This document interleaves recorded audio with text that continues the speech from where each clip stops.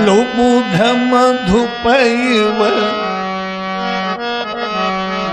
श्री राम जय जय राम श्री राम। राजा राम राम राम राजा राम राम राम राजा।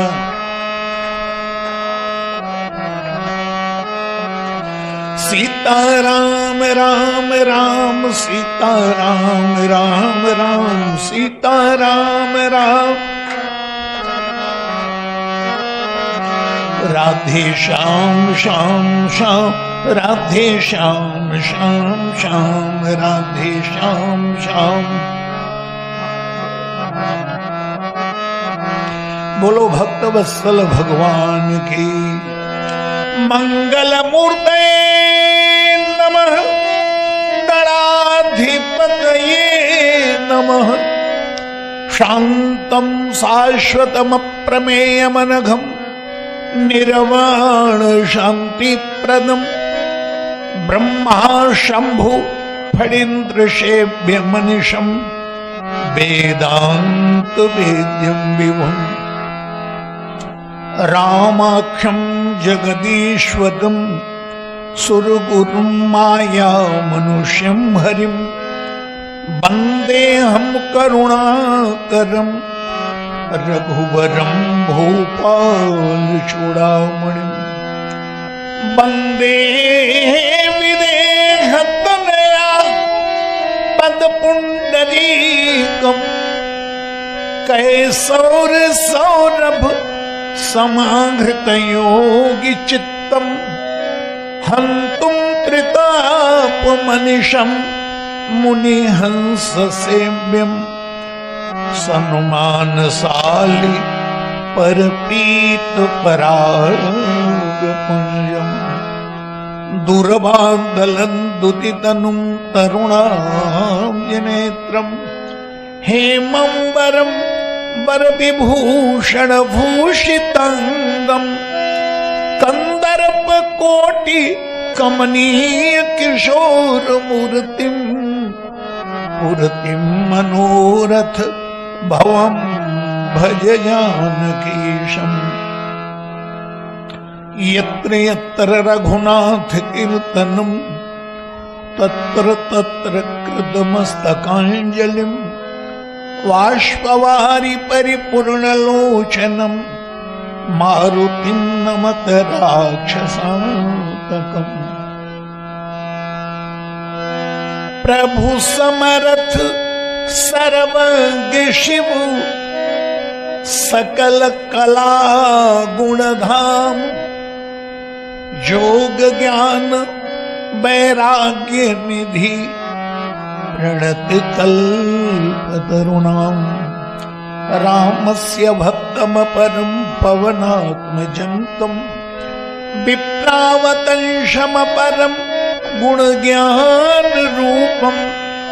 स्नेहं दयांच सततं शिरसा दधानं। तब राम किंकर पदम सततं नमामः। श्री गुरु चरण सरोज रज निज मन मुकुर सुधार। वरणौ रघुबर विमल जस जो दायक फलचार। बोलिए सियावर रामचंद्र भगवान की।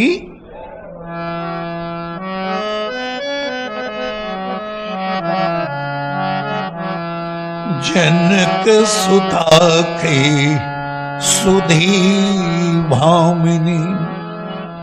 जान ही कहो करी बरी गामनी। पंपा सरही जाऊ रघुराई। तह होई सुग्रीव मिताई। सो सब कही देव रघुबीरा। जान तू पूछहु मत धीरा। बार बार प्रभु पद सिर नाई। प्रेम सहित सब कथा सुनाई।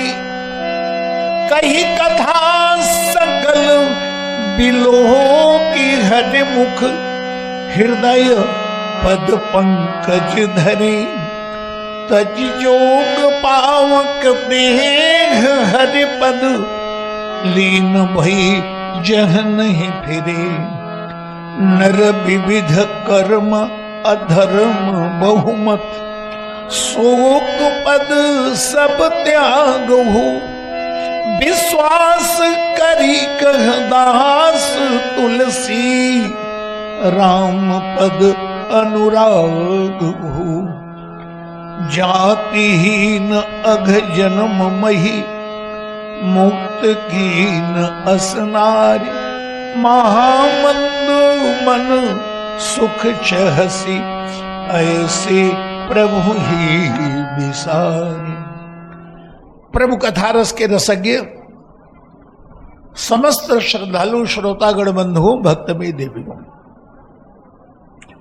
भगवान की अतीव अनुकंपा से पिछले कई वर्षों से मेरा आना गीता भवन के तत्वाधान में होता है और उसके लिए मैं यहाँ के जो ट्रस्टीगण हैं, व्यवस्थापक लोग हैं, वो चाहते हैं कि मैं आऊं।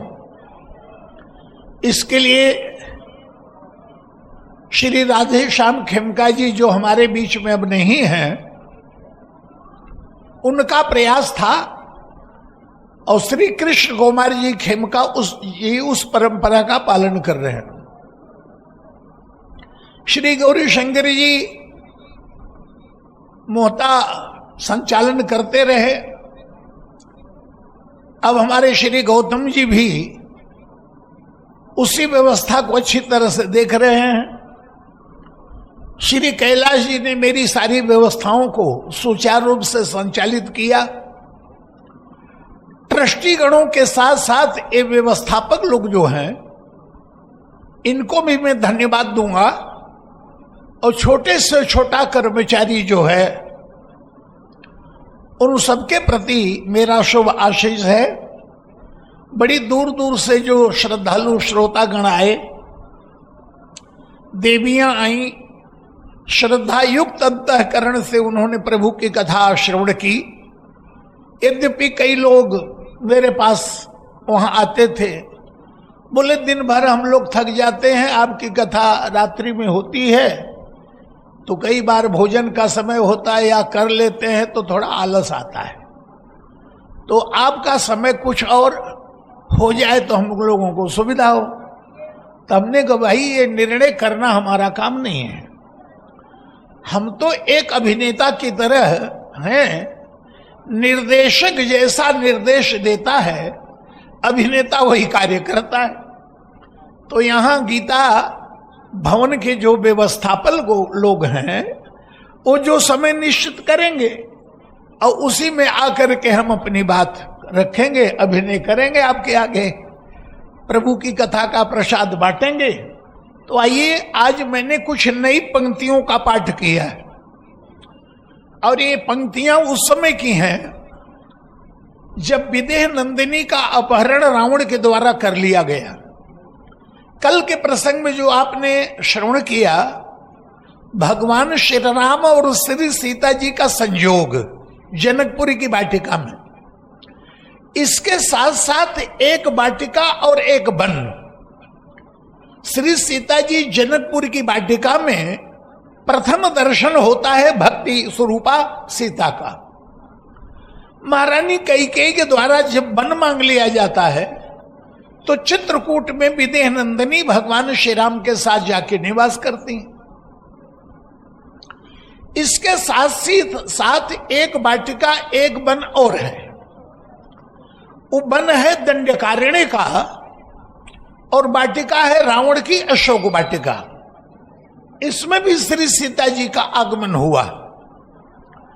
तो उसमें हम यूं कहेंगे कि जनकपुर की जो वाटिका है ये श्रद्धा की वाटिका है।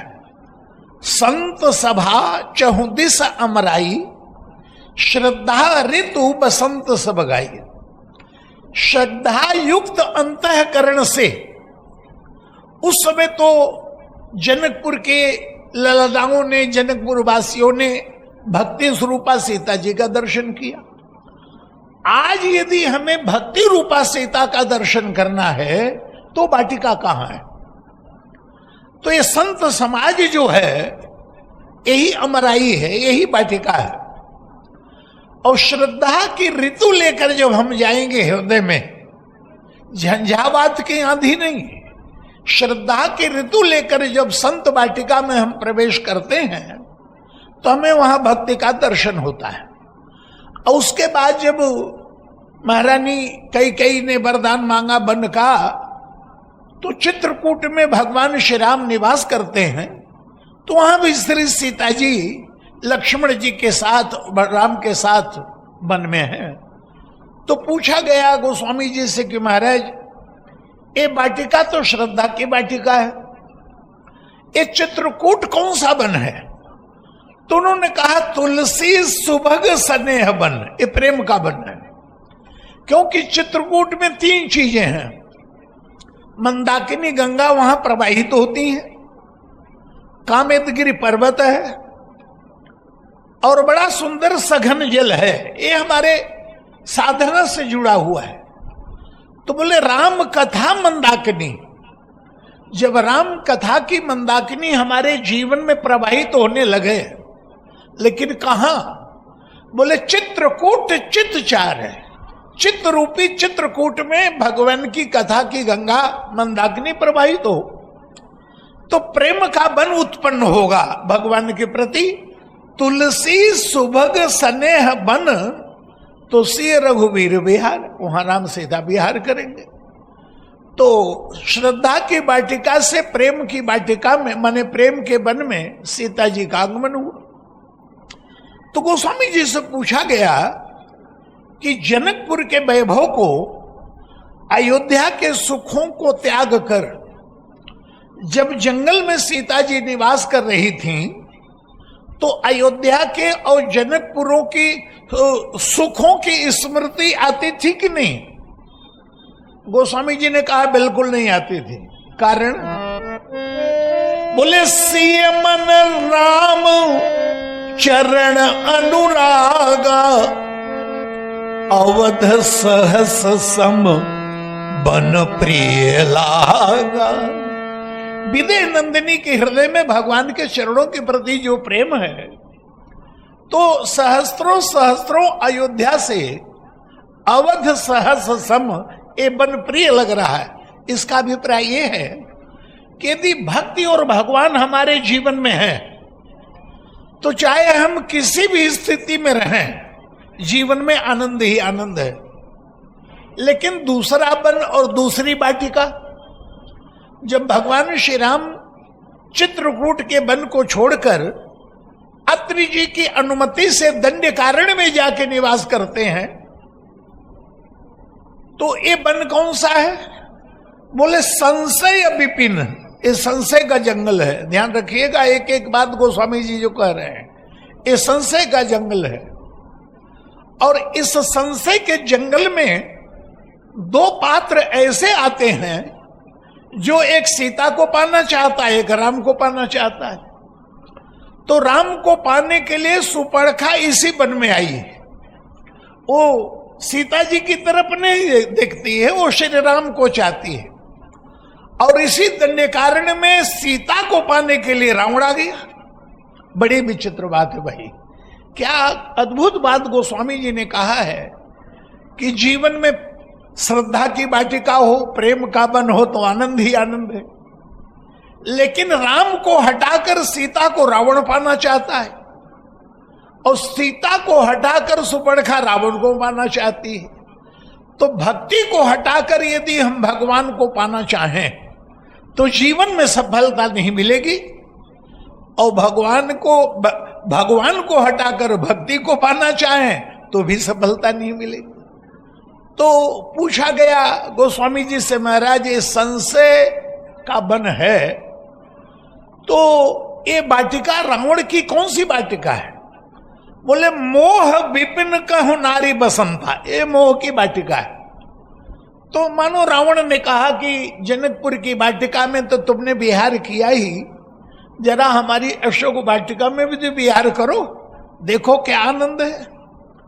तो गोस्वामी जी कहते हैं कि इस उद्देश्य से रावण सीता जी को चुरा करके ले गया कि लंका की समृद्धि में और वृद्धि होगी, क्योंकि ये तो कई रूपों का वर्णन किया गया है। गोस्वामी जी से पूछा गया, बोले महाराज ये सीता जी कौन है? तो उन्होंने भक्ति का नाम लिया। सानुज सीय समेत प्रभु राजत परण कुटीर, भगति ज्ञान वैराग्य जनु सोहत धैर्य शरीर। ज्ञान स्वरूपा भगवान श्री राम, ज्ञान अखंड एक सीतावर, वैराग्य स्वरूप लक्ष्मण और भक्ति स्वरूपा सीता जी चित्रकूट में निवास कर रहे हैं। इस झांकी को देखकर आनंदित तो हो रहे हैं। और आगे चल करके प्रसंग आया कि यही श्री सीता जी वेदांतियों से पूछा गया, सीता जी कौन है? तो भगवान शंकराचार्य ने कहा, शांति सीता समानिता आत्मा रामो विराजते, ये मूर्तिमती शांति है। अब विचार करो, जीवन में भक्ति न हो तो जीवन निरस होता है। भक्ति स्वतंत्र सकल सुख खानी, और बिन सत्संग न पावे प्राणी। और जीवन में शांति न हो तो जीवन जीने योग्य नहीं होता। किसी व्यापारी ने कहा कि भाई हम तो व्यापारी हैं, हमें लक्ष्मी की आवश्यकता है। तो बोले लक्ष्मी स्वरूपा भी सीता ही है। राम बाम दिस सोहती रमा रूप गुण खान। ये रमा कौन है? लक्ष्मी तो है। राम बाम दिस सोहती रमा रूप गुण खानी, देख मातु सब हरसी और जन्म सफल नित जान। तो किसी ने कहा भाई हम तो वैज्ञानिक हैं। वैज्ञानिक वस्तु में से शक्ति को खोजता है और उस शक्ति का प्रयोग जैसा वो चाहता है अपनी इच्छा के अनुसार करता है। तो बोले यदि आप वैज्ञानिक हैं तो शक्ति भी यही है। आदि शक्ति यही जग उपजाया, सो अवतरी मोरी हम आया। भगवान श्री राम ने नैमिषारण्य में सीता का परिचय मनु महाराज के सामने दिया। किसी ने कहा कि न तो हम वैज्ञानिक हैं, न हम व्यापारी हैं, न हम ज्ञानी हैं, न भक्त हैं, हमसे तो कुछ होता ही नहीं, हम तो दीनहीन हैं। बोले उसके लिए मां है। जनक सुता जग जननी जानकी, अतिशय प्रिय करुणा निधान की। ये जगत जननी है, पोषण करती हैं। तो प्रकारांतर से संसार का प्रत्येक व्यक्ति चाहता तो सीता को ही है, चाहे उसका रूप कोई भी हो। तो रावण ने सोचा कि लंका की समृद्धि में वृद्धि होगी तो धनुष तोड़ने में असफल हो गया, तो उसने कहा चुरा के ले आऊं। तो सीता जी की चोरी कर लिया। तो पूछा गया कि अयोध्या में सीता जी आई तो क्या हुआ, और लंका में सीता जी गई तो क्या हुआ? तो गोस्वामी जी उदाहरण दे रहे हैं, जरा देना। पुत्र वधुओं के साथ साथ, या यूं कहिए कि अयोध्या में चारों राजकुमारों के साथ साथ भगवान श्री राम के साथ श्री सीता जी का स्वागत तीनों माताओं ने किया। तो गोस्वामी जी से पूछा गया कैसा लगा, तो उदाहरण दे रहे हैं। बोले पावा परम तत्व जनु योगी। योगी को योग साधना काल में जैसे परम तत्व की उपलब्धि हो गई हो। अमृत लयो जनु संत रोगी। मृत्यु सैया पर पड़ा हुआ रोगी को मानो अमृत मिल गया हो। जन्म रंक जनु पारस पावा। जन्म के दरिद्र को मानो पारस मणि मिल गई। और अंधई लोचन लाभ सुहावा। अंधे को मानो नेत्रों का प्रसाद मिल गया। मूक बदन जनु सारद छाई, गूंगे के ऊपर सरस्वती की कृपा हुई, बोलने लगा। बोली मानो समर सूर जय पाई, लड़ाई के मैदान में जैसे योद्धा को विजय श्री मिल गई हो। गोस्वामी जी से पूछा गया, अब तो रुक जाओ, 6 उदाहरण एक संग, क्या सचमुच सीता जी अयोध्या में आई तो इतना सुख माताओं को मिला? गोस्वामी जी ने कहा इतना नहीं, इसमें 100 करोड़ का गुणा करो और उसके बाद गिनो। बोले यही सुख ते 7 कोटि गुण, पावहि मां तो आनंद की, भाईन सहित बियाही घर, आए रघुकुल चंद। तो अयोध्या में तो इतना आनंद हो गया, लेकिन जब रावण सीता जी को ले गया तो वहां क्या हुआ?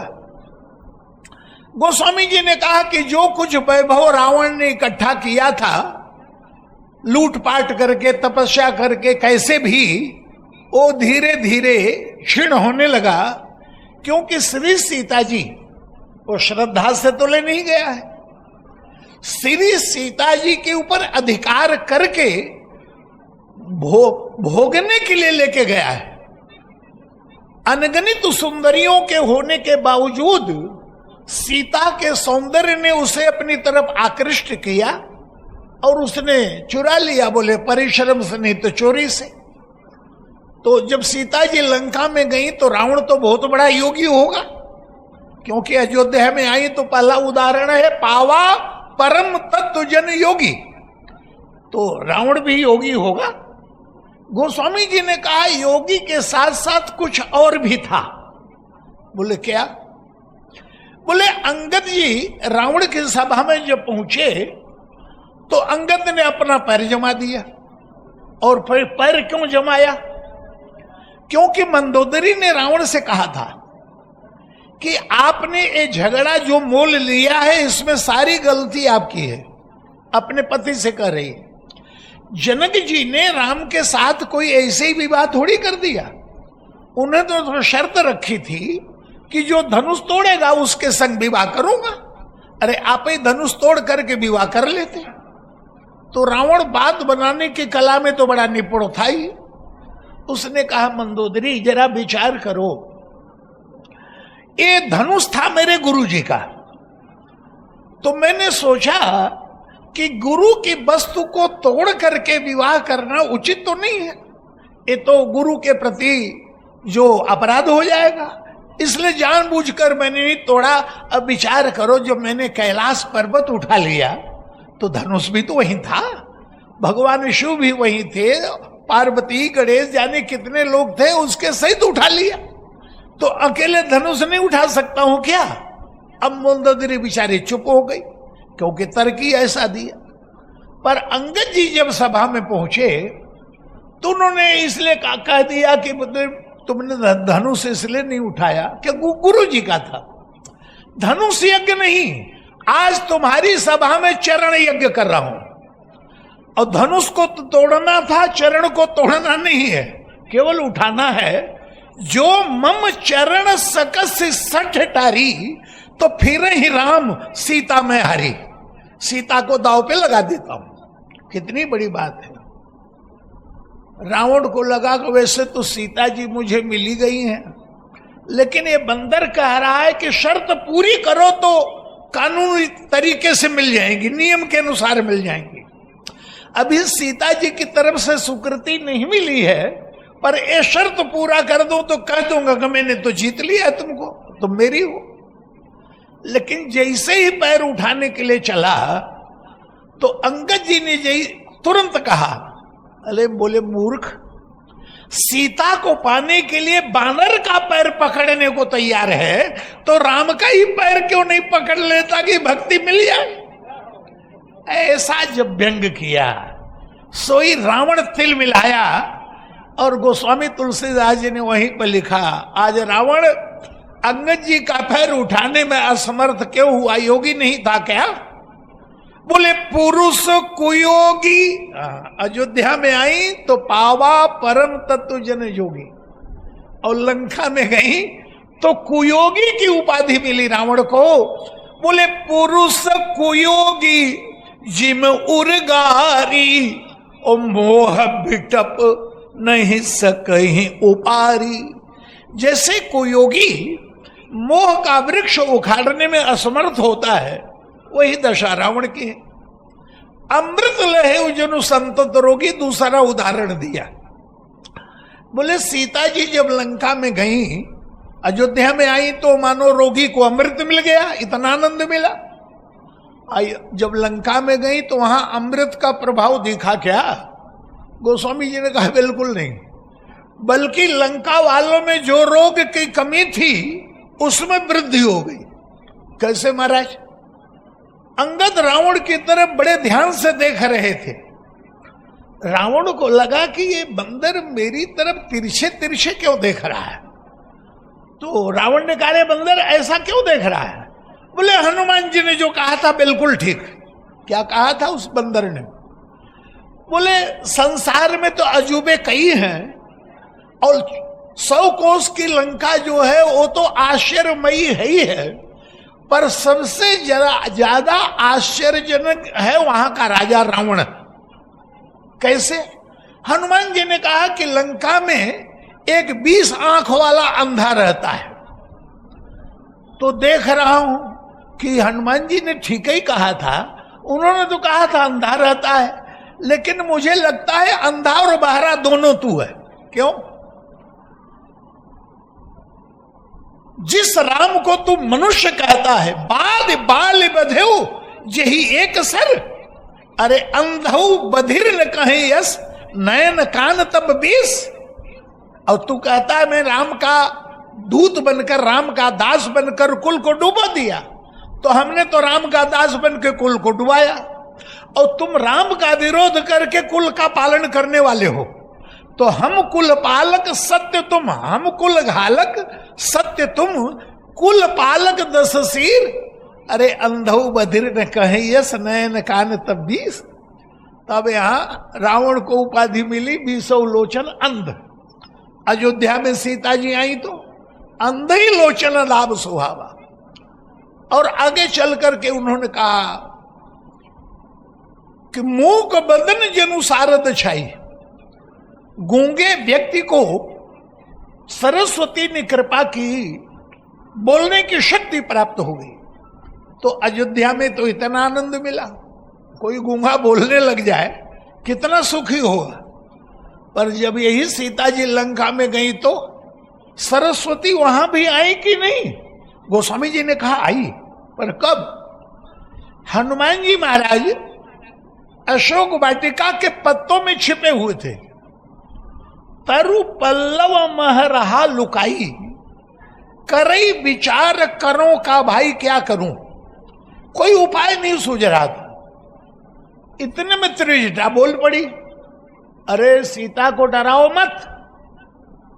तो राक्षसियों ने कहा कि हमारे राजा का तो आदेश है, सीते को त्रास दो ताकि मेरी बात मान ले, डर के।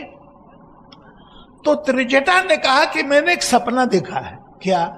आप लोग सुंदरकांड में पढ़ते हैं, बंदर आया है लंका में आग लगाएगा। सपने बानर लंका यारी। हनुमान जी का तो कान ही खड़ा हो गया। बोले चलते समय तो प्रभु ने कहा नहीं कि जा तो रहे हो पर लंका फूक फाक के आना। उन्होंने तो इतना ही कहा था, बहु प्रकार सीते ही समुझायो, और कई बल बिरह बेग तुमायो। मेरे बल का वर्णन करना और उनके वियोग में जितना व्यथित हूं वो भी वर्णन कर देना। लेकिन ये कह रही है कि बंदर आया है लंका में आग लगाएगा, तो ये है कौन? तो गोस्वामी जी ने कहा, बोले महाराज मैं बता देता हूं, त्रिजटा नाम राक्षसी एका, राम चरण रति। भगवान के चरणों में इसका बड़ा प्रेम है।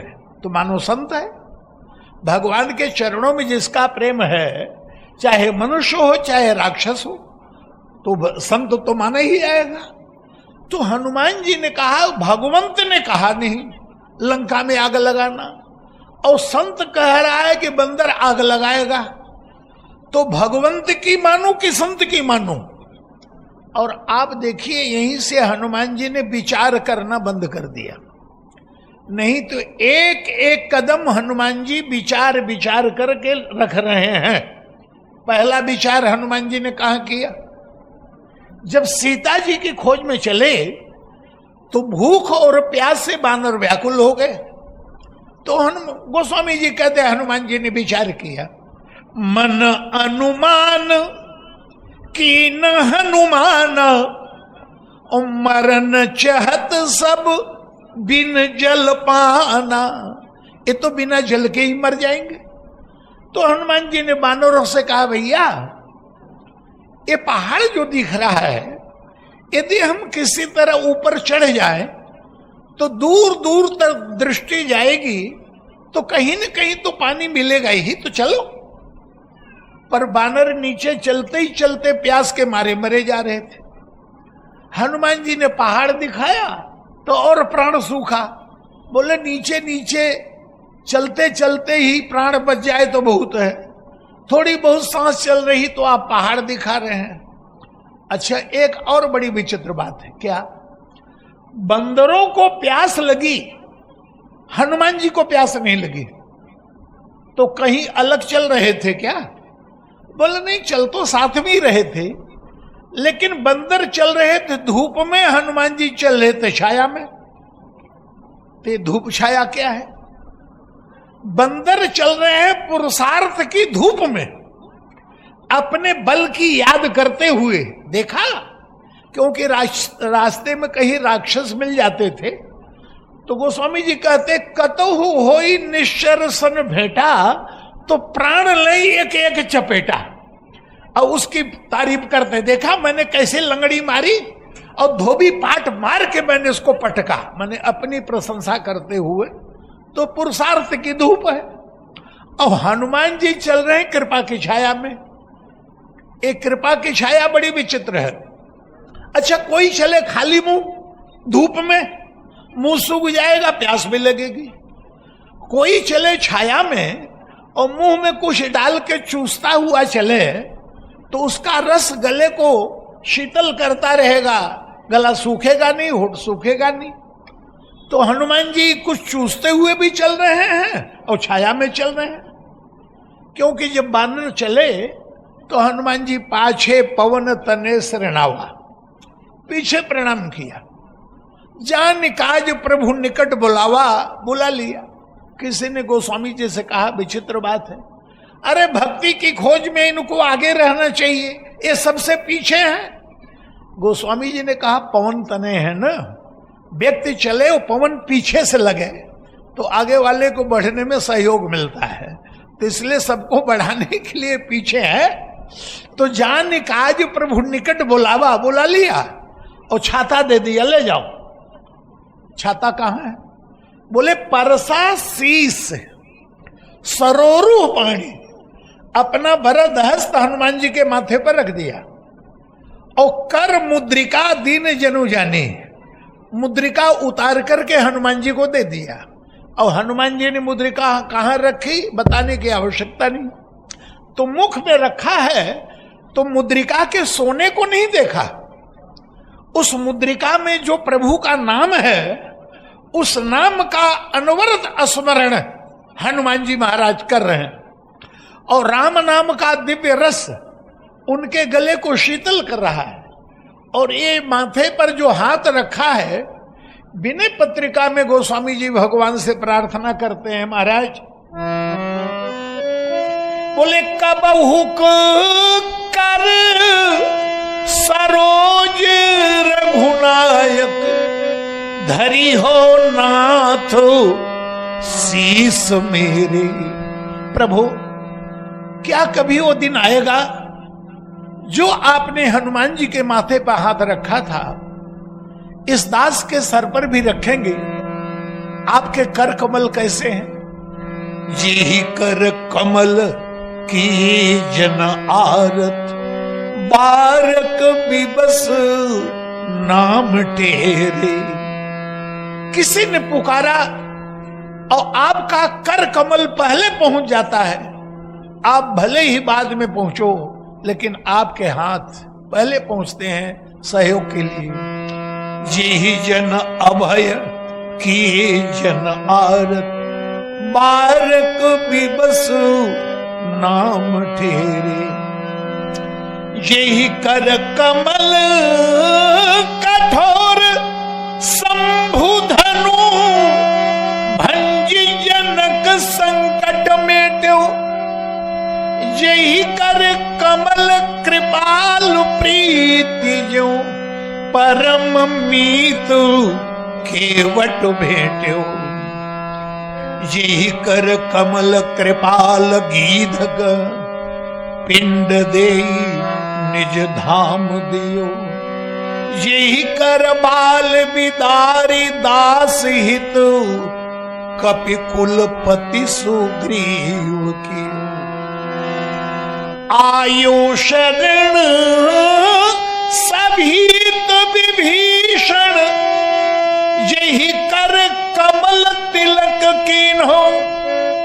यही कर गही सर चाप असुर हति, अभय दान देवन दीनो। आपके कर कमल है कैसे? शीतल सुखद छाह जी कर, शीतल सुखद छाह यही कद की। मेटत पाप ताप माया, निसिवा सरते ही कर सरोज की।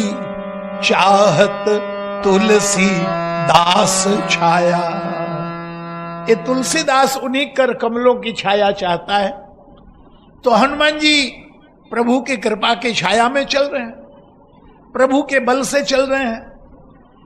एक जब प्रभु वन को चल रहे थे तो सीता जी को प्रभु ने जंगल की भयानकता का वर्णन करके डराया। हंस गमन तुम नहीं बन जोगु, क्योंकि कंदर खोह नदी नद नारे। अगम अगाध न जाई निहारे, भालू बाघ ब्रिक केहरी नादा। बाल भालू ब्रिक केहरी नागा, करही नाद सुन धीरे जो भागा। डर पही धीर गहन सुधि पाए, मृग लोचन तुम भीर सुभाए। इसलिए वन में चलो। श्री सीता जी ने क्या कहा? बोले महाराज चलते समय प्रत्येक पथिक के समक्ष 3 समस्याएं होती हैं। चलने में होता है शारीरिक श्रम, सही रास्ते पर हैं कि नहीं ये बुद्धि में रहता है भ्रम, और लक्ष्य पर नहीं पहुंचे तो अत्यंत दुख होता है। लेकिन जब मैं आपके साथ चलूंगी तो क्या कह रही हैं? बोले नहीं मग श्रम भ्रम दुख मन मोरे, मुही लगी सोच करिए जनी भोरे।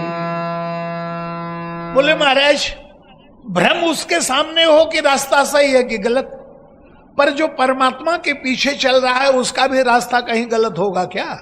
आगे आप चलेंगे मैं तो पीछे रहूंगी ना। और महाराज दुख क्यों नहीं होगा? जो अपनी तरफ देखता है दुखी होता है, जो प्रभु की तरफ देखेगा वो दुखी क्यों होगा? तो छिन छिन चरण सरोज निहारी, मैं तो आपके चरणों को देखूंगी। प्रमुदित रहे चकोर कुमारी, प्रसन्न रहूंगी। और श्रम क्यों नहीं होगा? अरे चलेंगे आप, थकेंगे आप, मैं क्यों थकूं? करता तो ईश्वर है। जीव अपने को कर्ता मानता है तो श्रम का अनुभव करता है। एक नन्हे से बच्चे ने कहा मैं तो 30 किलोमीटर चल के आ गया, बिल्कुल नहीं थका। सुनने वाले ने कहा बच्चों तुम 30 किलोमीटर चलोगे थकोगे नहीं, हम कैसे माने?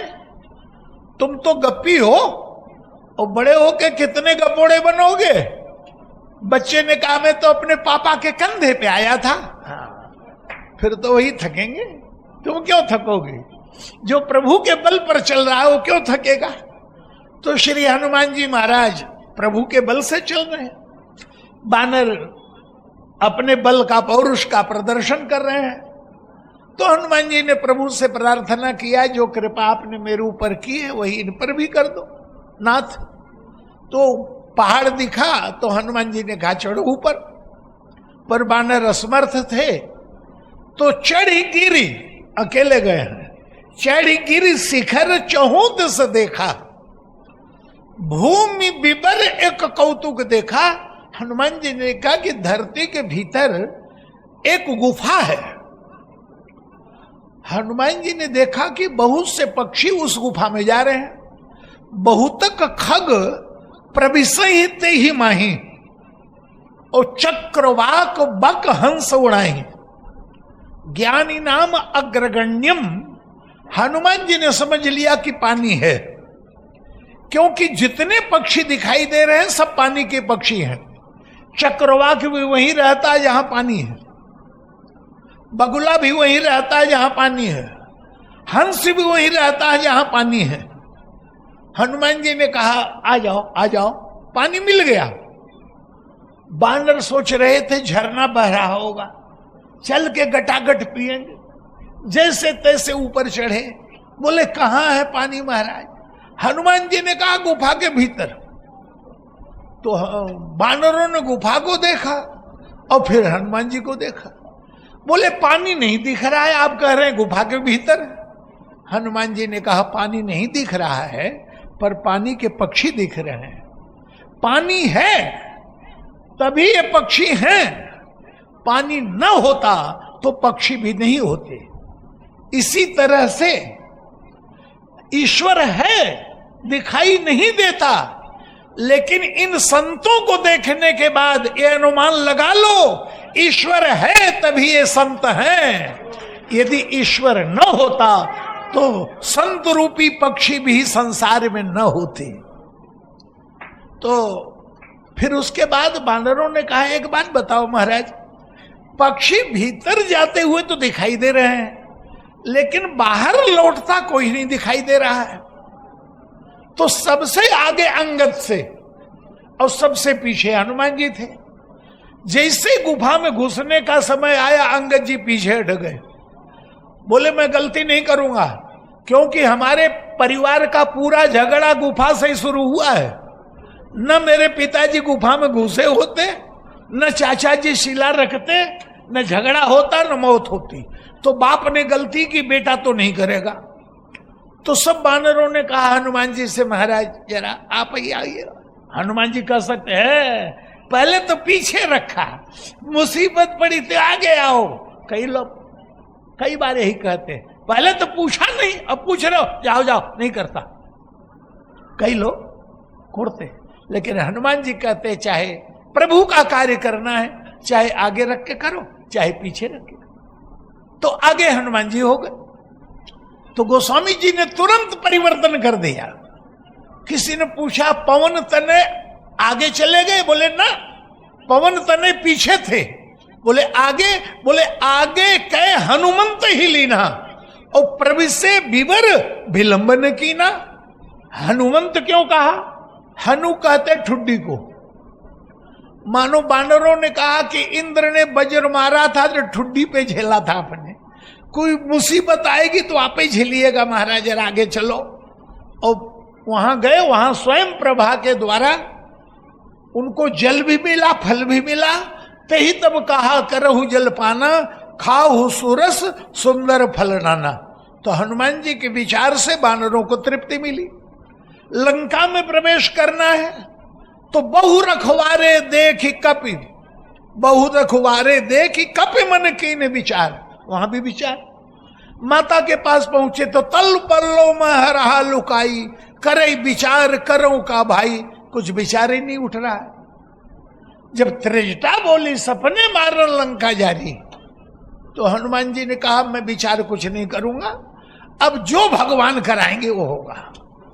तो मेघनाथ आया, पहले तक्षक को तो समाप्ति कर दिया, लेकिन मेघनाथ जब ब्रह्मफास फेंकता है तो हनुमान जी विचार यही करते हैं कि ब्रह्मफास यदि तोड़ दूं, क्योंकि ब्रह्मा का भी आशीर्वाद है इनको, मेरे अस्त्र शस्त्र का प्रभाव इन पर नहीं होगा, तो ब्रह्मफास तोड़ दूंगा तो प्रभु कहेंगे।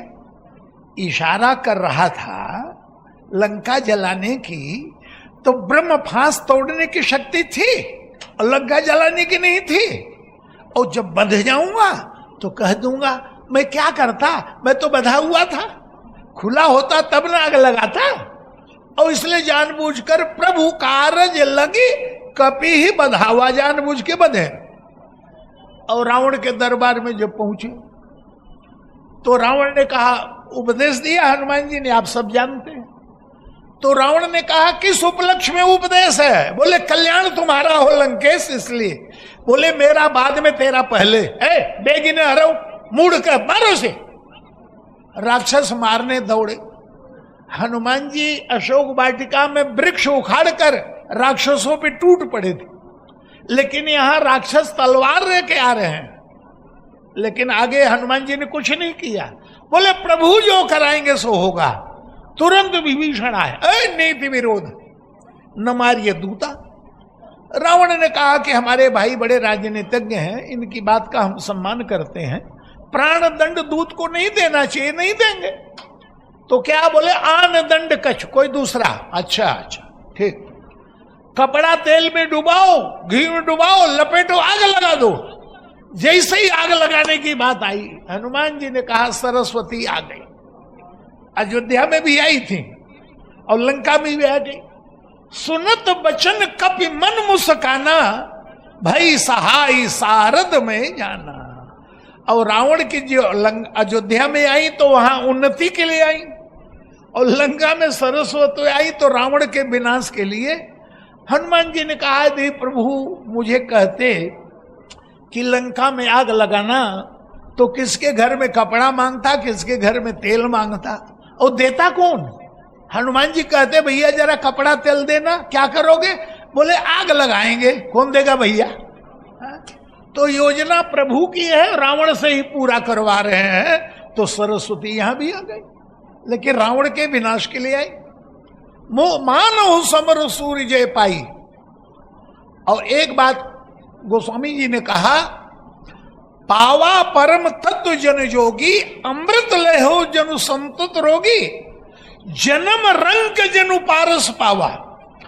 दरिद्र को पारस मणि मिल गई अयोध्या में, लेकिन लंका में गई तो पारस का चमत्कार कुछ हुआ? गोस्वामी जी ने कहा नहीं हुआ। बोले कारण? बोले भाई पारस का चमत्कार लोहे पे होता है, अन्य धातुओं पर नहीं होता। भक्त लोग अपने जीवन को लोहा मानते हैं और भगवान की भक्ति को पारस मानते हैं। कबीर ने कहा, बोले महाराज जीवन में मिल जाओ। भगवान ने कहा जल्दी क्या है, मरोगे तो मिलोगे। अरे बोले महाराज जीवत में मोह को मिलो, मुए मिलहु न राम। जब लोहा माटी मिला तब पारस के ही काम। जीवन मिट्टी में मिल गया तो पारस किस काम का? इसी जीवन में आपकी भक्ति को प्राप्त करके हम जीवन को धन्य बना ले, तब ना। मरने की बात किसने देखा है? तो अयोध्या में आई तो पारसमणि का चमत्कार हुआ, यानी अयोध्या की समृद्धि में और वृद्धि होने लगी। लेकिन लंका में गई तो बोले वहां जो कुछ था उसका भी नाश हो गया। बोले कैसे? अब ध्यान दीजिए। अंगद जी ने जब रावण को ललकारा, तुम और तुम्हारी सभा का कोई भी सदस्य मेरे पैर को उठा दे तो राम वापस सीता जी को मैं दाव पे हार गया। तो ऐसा अंगद जी ने जब पैर जमाया तो रावण ने पहले तो कहा, अच्छा ये नहीं कहा अंगद ने कि केवल तुम या तुम्हारी सभा का कोई भी सदस्य। तो एक एक करके जब पराजित हो गए तो रावण का नंबर आया। अब रावण चक्कर में फंस गया। कैसे फंस गया? पूरी रामायण को उठाकर देखिए, कोई भी चमत्कार रावण करता है तो एकांत में करता है, सबके सामने नहीं करता। कैलाश पर्वत भी उठाया तो एकांत में उठाया। क्यों? मन में संशय बना रहता है, यदि सबके सामने किया और असफल हो गया तो लोग हंसेंगे। एकांत में करके जब सफल होता था तो फिर घोषणा करता था, मैंने ये काम कर लिया। और इसलिए आप देखेंगे रावण लड़ने के लिए कभी भी नहीं, पहले कभी नहीं गया, पहले सेना को भेजता है। क्यों? बोले मैं अकेले गया सेना के साथ, और यदि मैं हार गया, क्योंकि युद्ध तो जुआ है, कभी जय कभी पराजय, मैं हार गया तो मेरी हार मानी जाएगी, तो सेना को भेजो। और सेना जब शत्रु को अधमरा कर देगी और समाचार मिलेगा कि हमारी विजय हो रही है तो मैं चलूंगा, तो आप ही चले वो गदा कर लीन है, गदा लेके फिर बाद में जाता था और सारा विजय का श्रेय अपने ले लेता था। और यही कारण है कि जब जनक जी ने कहा धनुष तोड़ेगा उसके संग विवाह करूंगा, तो कैलाश उठाने वाला सबके सामने धनुष उठाने के लिए तैयार नहीं हुआ। यदि धनुष मैंने उठाया और कहीं नहीं उठा तो ये राजा लोग कहेंगे तो कह रहा था कैलाश उठाया, धनुष तो उठा नहीं, कैलाश उठाएगा तो खिल्ली मेरी उड़ेगी। लेकिन आज फंसा दिया अंगद ने कि राक्षसों के बीच में इसने ललकारा है, और यदि मैं नहीं उठा तो राक्षसों के हृदय पर जो मेरा प्रभुत्व है वो समाप्त हो जाएगा। ये कहेंगे कि हमारा स्वामी तो कहता था हमने कैलाश उठाया, आज एक बंदर कह रहा है तो पैर उठाने के लिए जा नहीं रहा है, अरे कैलाश क्या उठाया होगा, झूठ बोलता है।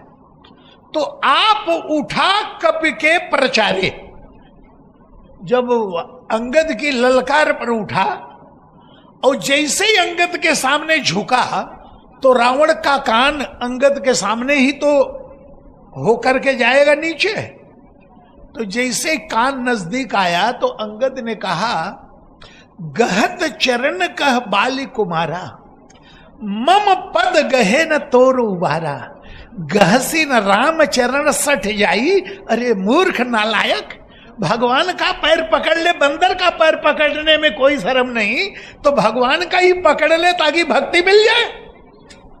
और अंगद ने ऐसा तीर मारा कि रावण जो तिल मिला गया और पैर नहीं पकड़ा, खड़ा हो गया और जाके सिंहासन पर बैठ गया। किसी ने पूछा तो रावण का क्या बिगड़ा, सिंहासन तो जो कहते हो उसका बना हुआ है। गोस्वामी जी ने कहा बना हुआ तो है, लेकिन कैसे बना है? बोले सिंहासन बैठे सिरनाई, मानहु संपत्ति सकल गवाई। आज सारी संपत्ति का विनाश करके रावण बैठा है। आज अयोध्या में सीता जी आई तो माने अयोध्या की समृद्धि में वृद्धि हुई, और जब लंका में गई तो मानहु संपत्ति सकल गवाई।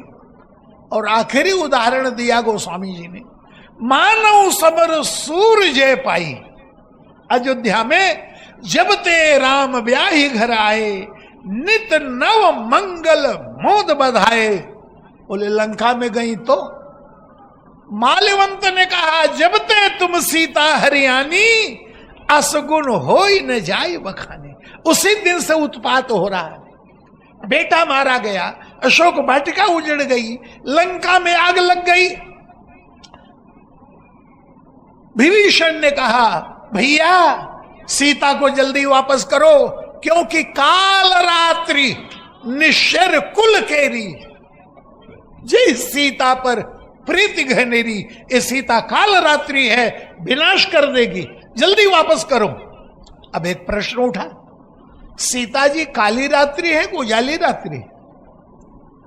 तो गोस्वामी तुलसीदास जी ने बहुत बढ़िया उत्तर दिया।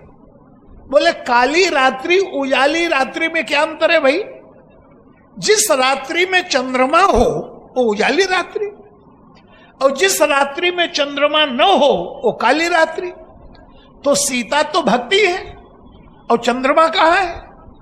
बोले राका रजनी भगति तब, राका माने चंद्रमा, राका रजनी भगति तब, और राम नाम सोई सोम। सो माने चंद्रमा। अपर नाम उड़गन विमल बसौ भगत यूरोव्योम। राम को हटाकर यदि केवल सीता को पाना चाहता है तो काल रात्रि, और राम के साथ यदि सीता को पाना चाहता है तो उजाली रात्रि उसके जीवन में बन के आती है। तो श्री सीता आदि शक्ति है, और भगवान श्री राम जो भी कार्य करते हैं इनके सहयोग से करते हैं। आदि शक्ति यही जग उपजाया, सो तरी मोर ये माया। तो इतने दिनों तक भक्ति और भगवान की कथा, रामचरितमानस के विभिन्न प्रसंगों की तरफ मैं आपका ध्यान आकृष्ट किया, और आज अपने ट्रस्टीगणों को, व्यवस्थापकों को और श्रोताओं को साधुवाद करते हुए मैं वाणी को विराम दूंगा और यही कहूंगा कि जासु नाम भव भेषज हरण घोर त्रिशूल, सो कृपाल मोहितों पर रहो सदा अनुकूल। कथा की परिसमाप्ति पर भुसुंडी जी ने गरुड़ी जी से कहा है, आज धन्य में धन्य अति। मैं धन्य हूं, अत्यंत धन्य हूं। तो ये वैसे तो कथा सुनने के बाद श्रोता अपने को धन्य मानता है, लेकिन रामायण की कथा कहने के बाद वक्ता अपने को धन्य मान रहा है। आज धन्य में धन्य यति, तो आत्म प्रशंसा जैसी बात लगी कि आप धन्य हैं, बाकी लोग धन्य नहीं है क्या? तो भुसुंडी जी ने कहा, आज धन्य में धन्य अति, यद्यपि सब विधिहीन, पर निज जन जाने राम मोहि संत समागम दीन। प्रभु ने कृपा करके जो यहाँ संतों का समाज है, सब संत केवल वेश से नहीं है, भावना से, विचारों से संत होते हैं। तो स्त्री और पुरुषों के बीच में कहने का सौभाग्य मुझे प्राप्त हुआ। श्री गौतम जी ने, श्री कैलाश जी ने, श्री मोता जी ने, श्री कृष्ण कुमार जी ने जो व्यवस्था की, नारायणी जी, अजीत सरिया, सबके नाम से तो मैं परिचित नहीं हूं, लेकिन सबका समर्थन इस कथा के लिए रहा, तो आप लोगों के बीच में आना हुआ। इन्हीं शब्दों के साथ वाणी को विराम देता हूं। हाँ, श्री अशोक जी जो कमरे की व्यवस्था करते हैं, जहां भी मुझे आवश्यकता पड़ी उन्होंने तत्काल व्यवस्था की। मिलने जुलने वाले आए तो उनको भी मैं हृदय से साधुवाद दूंगा। इन्हीं शब्दों के साथ बोलो भक्तवत्सल भगवान की। बहुत से लोगों का नाम छूट गया है, कृपया क्षमा करेंगे, मुझे नाम का स्मरण ज्यादा नहीं है।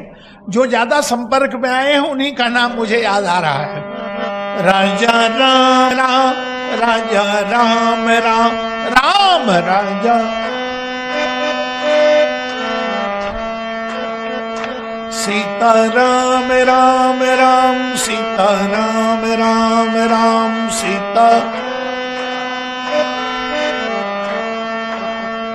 राधे श्याम श्याम श्याम, राधे श्याम श्याम श्याम, राधे सीता राम राम राम, सीता राम राम राम, सीता। बोलो भक्तवत्सल भगवान की।